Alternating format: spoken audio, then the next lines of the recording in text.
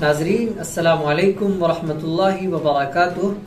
آپ نے دیکھنا شروع کر دیا ہے فکر و نظر پر دن بھر کی 10 بڑی اور اہم خبریں۔ آئیے تمام بڑی خبروں پر نظر ڈالتے ہیں۔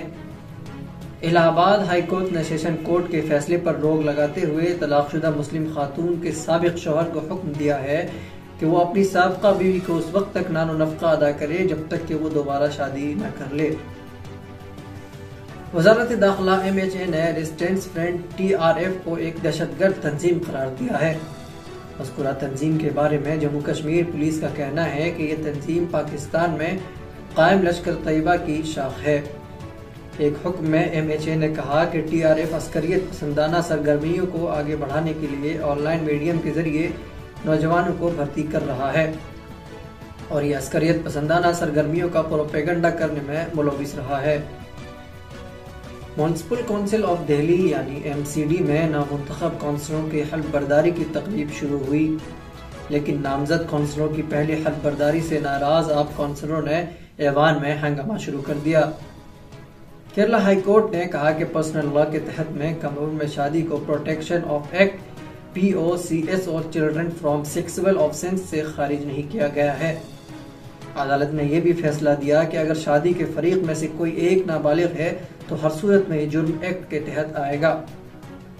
2 ماہ قبل کانگریس پارٹی سے متعدد رہنماؤں نے استعفیٰ دینے کے بعد غلام نبی آزاد کی ڈیموکریٹک پروگریسو آزاد پارٹی میں شامل ہوئے تھے، تاہم آج آزاد کے 18 حامی رہنماؤں نے کانگریس پارٹی میں دوبارہ شامل ہو گئے۔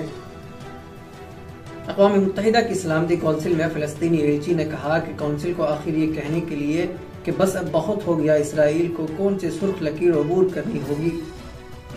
علی گڑھ مسلم یونیورسٹی کے ممتاز سابق طالب علم ڈاکٹر فرینک اسلام کو امریکی صدر جو بائیڈن نے کمیشن برائے صدارتی اسکالرز کا ممبر مقرر کیا ہے۔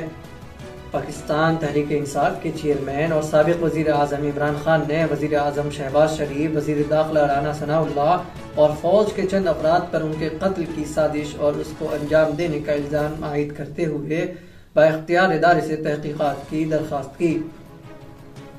یوکرین کے صدر ولادیمیر زیلنسکی نے روس کی جانب سے کرسمس منانے کے لیے عارضی جنگ بندی کی پیشکش کو ایک سازش قرار دیتے ہوئے مسترد کر دیا ہے۔